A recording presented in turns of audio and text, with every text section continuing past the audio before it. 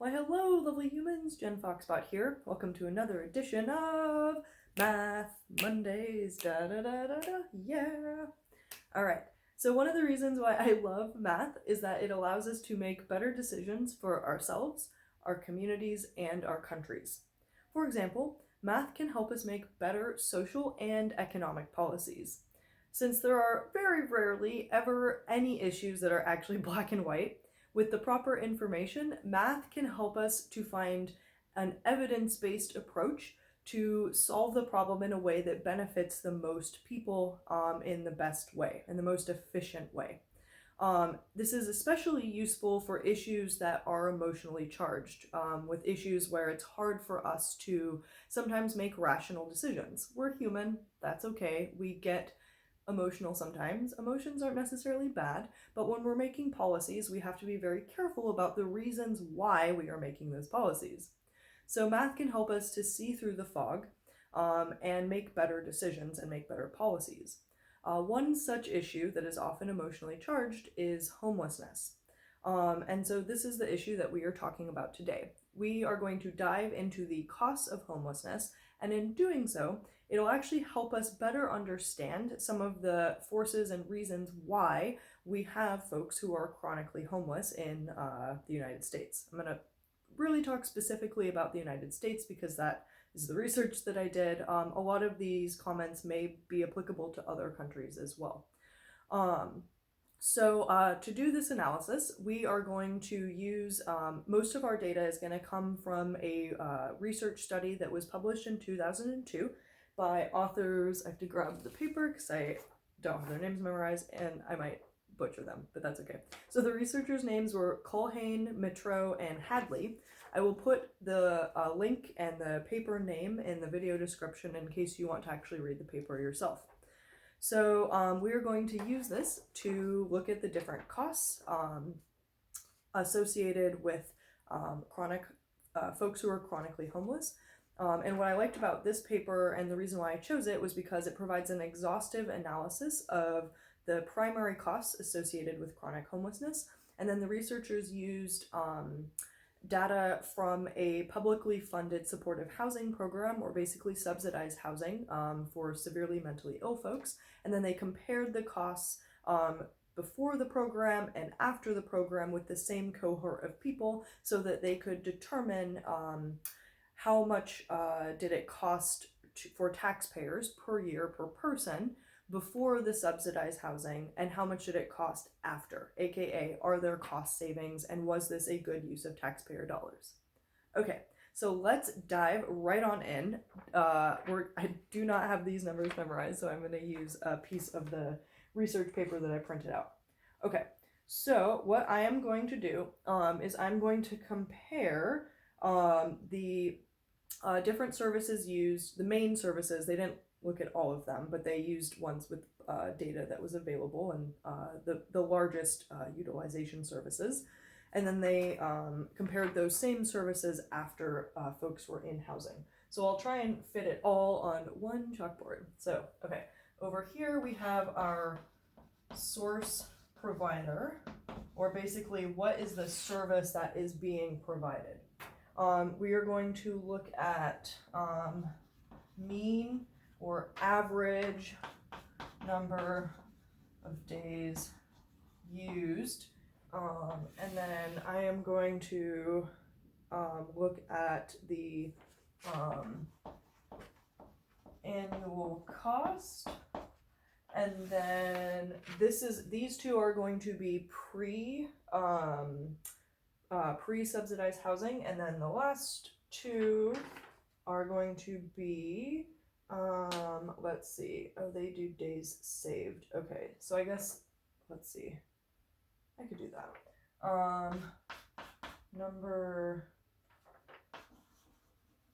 days saved. Actually, I don't like that. I prefer to look at the same thing. So we are actually going to compare the exact same thing. So I'm going to say mean number of days used, and again, annual cost. Okay, So I'll probably have to grab another sheet of paper, but that is okay. So we're going to say that this in red is pre and this in green is post, or before and after. Okay, cool. So our first source provider is DHS, which provides shelter services, so emergency shelter services. So for example, on days where it's really, really, really cold and if you slept outside it would not be so good, you would go to a shelter. They also provide year-round services as well, but folks don't use them every night of the year, and in fact the mean number of days served per person was 137 in a given year. This equated to an annual cost per person of about $4,658. I'm going to come back to these after. So we'll do all of the pre-data first, and then we'll do post-data. Okay, and then we have OMH, which is a psychiatric hospital based in New York. I want to say it's outside of New York City, but I don't know exactly where it is. But it's a mental health facility or psychiatric facility. I'll just say psych facility. It's a hospital. And so the number of days used, mean number of days used was 57.3 for an average annual cost to taxpayers of $12,520. Okay, the next was HHC, which was a hospital. Let me just double check my notes and make sure I'm correct on that. Yes, it was a New York City public hospital. So I'll say hospital for short. And then the mean number of days used here were 16.5 for a total taxpayer cost per person per year of $6,229. So this was likely provided by charity care, which is taxpayer funded. Anytime you go to a hospital, if you are not able to pay, you qualify for charity care. This is actually good advice for everyone because the hospital doesn't always tell you this. So if you cannot afford to pay, you tell the hospital, I qualify for charity care, and then the hospital legally has to provide you with free care, which is a good thing to have. Not be fun to go into the ED and not be able to get care. Okay. And then we have Medicaid payments for inpatient. That didn't quite fit, but that's okay.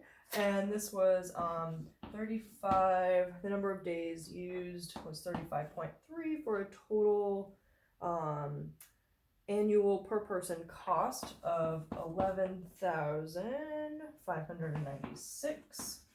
And then we have Medicaid outpatient. So inpatient is basically where you're going to go and stay in the hospital or in some sort of facility. Outpatient is where you go to get treatment, but you don't actually stay there, so it's a lot cheaper.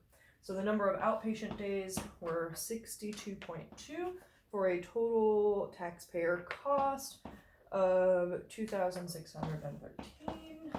So Medicare and Medicaid are two of the main things that our taxpayer dollars go to as an individual. I want to say that we contribute mostly to Social Security, and I'm pretty sure that these are the next largest category. Then we have the VA hospital, and this provided 7.8 average days per person per year for a total cost of $1,822. And then we get to kind of your the things that a lot of people assume that chronically homeless folks use a lot more than health services, which would be state prison. So I'm going to say DOC state. The number of days here, average per person per year, was 9.3 at a cost to taxpayers. Yes, we do pay for these, 368. And then we have, finally, DOC, city was 10.0 at a cost to taxpayers of $645. Okay, so the total annual cost, I'm not going to total those because it doesn't really make sense, but the total annual cost per person of public services, there's our friend the clock, was $40,451, and these are in $1999. So I'll say $1999. Okay, and now I need to grab my other sheet.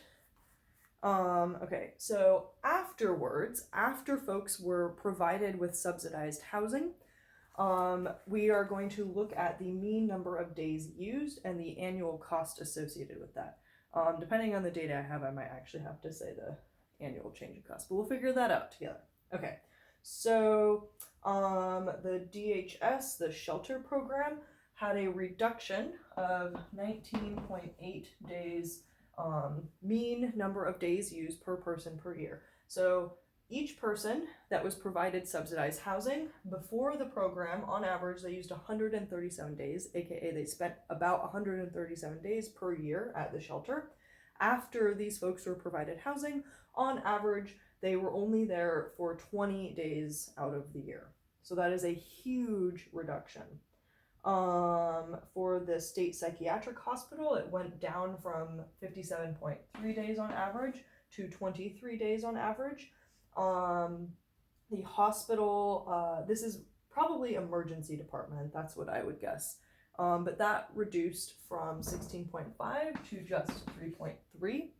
And then Medicaid inpatient went down from 35.2 to 21.2.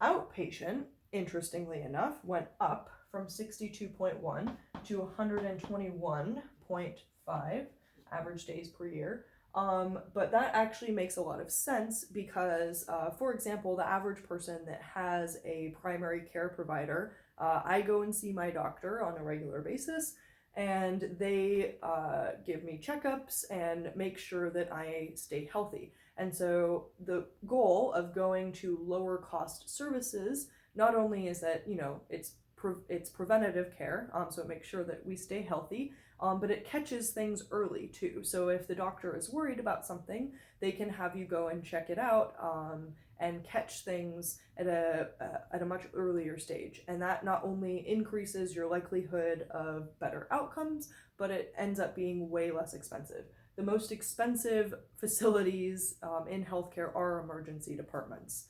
So if we can keep people out of the emergency department and in outpatient care, that's way better, both in terms of health outcomes and in terms of cost. Okay, so now the VA, that went down from 7.8 average days per person per year to 3.2. And then state prison days reduced from 9.3 to just 2.4. And city-state days went down from 10 to 6. All right, so the only thing that increased in terms of utilization was outpatient. And as we discussed, that is actually to be desired. Okay, so, okay, so now we have cost reductions. Okay, so I'm gonna actually have to change that category because I didn't, it's not obvious in the research paper where this is. They compare cost reductions. So anyway, that's okay. We'll look at that. So I'm going to say annual cost reduction. So one note on this last column is that it's going to be, well, I'm going to write it with negative signs if the cost went down, and I'm going to write it with a positive sign if the cost went up. Actually, so in that case, I should rename this. We're going to say annual cost change. There we go. Okay. So, the change is a savings of $2,819 per year. For the psych facility, we have savings of, costs were reduced by $6,162. For the hospital, the savings were on average 1,322. Oh, my columns are getting a little out of whack. Let me fix that one. Negative 1,322. Okay, for Medicaid, we have inpatient went down by 2,825. And for outpatient, this is going to be the only one that actually increases. We have 1,983, but you'll notice that even though this went up by about double, the savings in inpatient were more than enough to cover that. So the VA decreased by about 444. Department of Corrections went down by about 312 for the state and 245 for the city. So in total, there were average annual savings of $12,146. So I'm going to put a negative sign since we're saying the change. So that means that there were average annual savings. So you have 40,451 minus 12,146. And hilariously enough, I actually didn't do that ahead of time. But you're going to find that you end up with about 28,000-ish. I'll just round it. So that's below the video anyway. Okay, so we find that we have savings of $12,000, and so that reduces taxpayer cost significantly. Okay, so then the last thing that I want to point out is that we know that there are significant cost savings by providing supportive housing, but do those savings actually cover the cost of providing the supportive housing? So for that, I want to actually point out a study that was done in Seattle. So 29 individuals with severe mental health, with severe mental illness were given supportive housing, and the researchers analyzed and compared the costs of a similar comparison group and then the costs of the group that were provided housing, and found that, let's see if I can fit this on here somewhere. I think y'all can see it if I write it here. Okay. So, the comparison group used about 62,504 per person. So $62,500 per person in taxpayer dollars. Whereas the folks that were given supportive housing had costs of just $25,925, which results in total savings of about, that I'm not sure you can see, but $36,579. Boom. So taxpayers saved $36,579 by providing supportive housing to these 29 individuals. And the program costs were only $18,600. So that means that the program saved $17,979. So $17,979 per person, and there were 29 individuals. So that means that the program in total saved $521,400 per year. Pretty rad. So that's over $500,000 that in taxpayer funding that can now go to other programs for the city of Seattle. All right, so that was a lot of numbers, but please let me know if you have any questions about this or other math topics, and I want to thank you for watching. I also would like to say if you enjoyed watching my videos, please consider contributing to my Patreon so that I can keep doing these and other math educational related videos. So thank you very much. I have a link in the video above, so click on that and help me keep educating folks about math. Yay! All right, happy holidays everybody, and we'll see you next time. Bye!